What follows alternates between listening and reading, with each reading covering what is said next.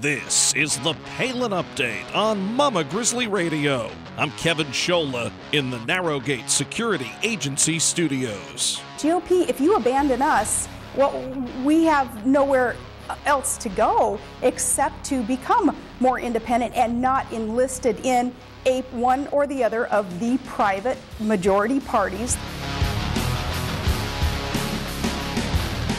The 2016 race for president has the attention of everyone right now, but first things first, there are plenty of important races across this country this year. Next month is Election Day, and voters will be deciding a lot. One of the big races is in Pennsylvania, and today we're highlighting an outstanding candidate for Pennsylvania Supreme Court, Paul Panepinto, running as an independent. Joins us on the Palin Update in just a moment. Sarah Palin speaks on Barack Obama's impotence. A brand new installment of Liberty and Legacy with Tamara Colbert is on the way from Texas. And just ahead, our latest edition of Steel Resolve with Sarah Steelman in Missouri. Welcome to the Palin Update on Mama Grizzly Radio. The Palin Update is sponsored by Narrowgate Security Agency. Learn more at narrowgate.com. There are plenty of important races right now in 2015 ahead of next year's presidential race. One in Pennsylvania has caught our eye largely because of one of the candidates running and his impressive background, rich in experience, ethics, and an independent streak that most Americans yearn for. Judge Paul Panepinto is running for Supreme Court in Pennsylvania. We asked him on the show today to let everyone know about this great American and hope people will head to judgepanepinto.com and contribute. This is the most helpful way to elect this principled leader and send a crushing blow to the machine. JudgePanepinto.com. That's PANEPINTO.com. Now, let's meet the man himself. Judge Panepinto joins us on the Palin Update. How are you, sir? Oh, I'm fine. How are you? Doing well. All your listeners are okay? I hope so, too, and we're so happy to have you here. You know, everyone is focusing on the 2016 presidential race, and there have been debates, and people are talking about it everywhere. But, you know, we really wanted to remind people tonight that there are other races throughout this country that will affect a lot of people going forward that are happening right now this year with the election coming up in November. And we're not talking about just in Washington either. We're talking about all over the United States, and not just people who are going to serve as legislators, also on the bench. And you are running for Supreme Court in the state of Pennsylvania, the only Supreme Court race, state race in the nation right now. Tell us why you're running for that office, sir. I'm running for the Supreme Court because I know I can make a difference. And I also am running because I understand that politics has a lot to do with the court system, and I am running as an independent, free from politics, not beholden to any political party. We have to give people a choice, and my candidacy represents a choice other than the Democrat or Republicans who endorse candidates faithfully every time elections come up, and there's no other party or no other challenge to their choice. So this is giving the people a choice to examine all the candidates, and as an independent, I think I am the most qualified and will do a great job as a justice of Pennsylvania. Well, your impressive background caught our eye, and so did the fact that you are running as an independent. You know, Governor Palin has spoken about this over the last few years a lot. I won't say threatening for her, but I will say warning the Republican Party. You better get your act together, or it's time for you to go too. And you know, people get very nervous about a Palin type or a Trump type if they ever would run as an independent. So, seeing that you're running as an independent with no labels and going out there and saying, hey, look at my record, that speaks to a lot of people. Are you hoping that that translates in the primary, not in the primary, in the general election?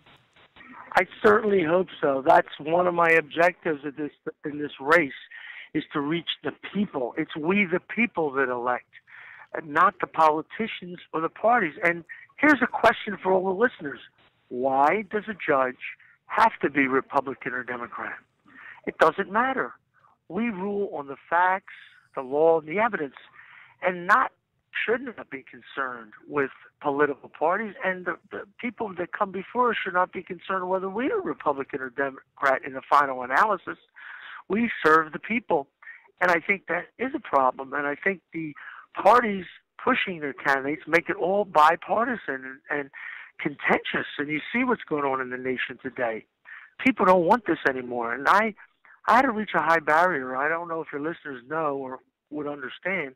A regular Democrat or Republican running in the primary only has to get 1,000 signatures to get on the ballot. And if they're endorsed by the party, by and large, they win each time, almost automatically. That's what happened this year. But I bypassed the primary, and since I did run as an independent, I needed 16,639 signatures, and I got over 30,000 signatures in that process, and I was not challenged. So this goes to show you that the people are out there wanting independence in their judges and judiciary and are willing to give me a chance to run in this election without party endorsement. And that's what I'm doing, and I intend to win this election.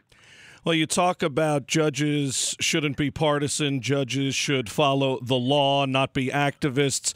However, people today, they're not so sure from what they see, certainly from the Supreme Court on a national level, what we saw this past year, decisions regarding Obamacare, decisions regarding gay marriage. What were your thoughts on the Supreme Court on those two big landmark cases? And here we are as a country with, 5 people, appointed, non-elected people making decisions for the whole country, and then others being bullied and, threatened to have to abide by that and have to agree with that almost, even though a lot of people think it should have never even got to that point because of some of the things we've seen out of Washington, the usurping and the executive orders.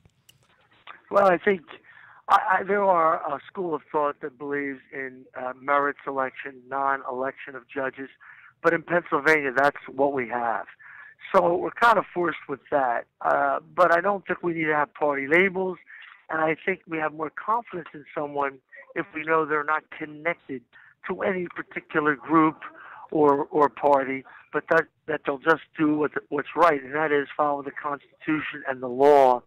And they take an oath, actually. All judges take an oath to follow the law, and in Pennsylvania, the state constitution and the federal constitution, and to act at all times with fidelity. So it is difficult to talk about it, but merit selection, because we don't have that system, but there's a school of thought out there that merit selection and the way they do the federal system, they feel that bypasses the people. But when you get involved in an election, you also have the big money, the dark money, PACs, all these different groups that are coming in. So it is a lot to think about, but we have to deal with what we have to deal with, and that's an election. But my point is that I don't think judges need to be unnecessarily labeled.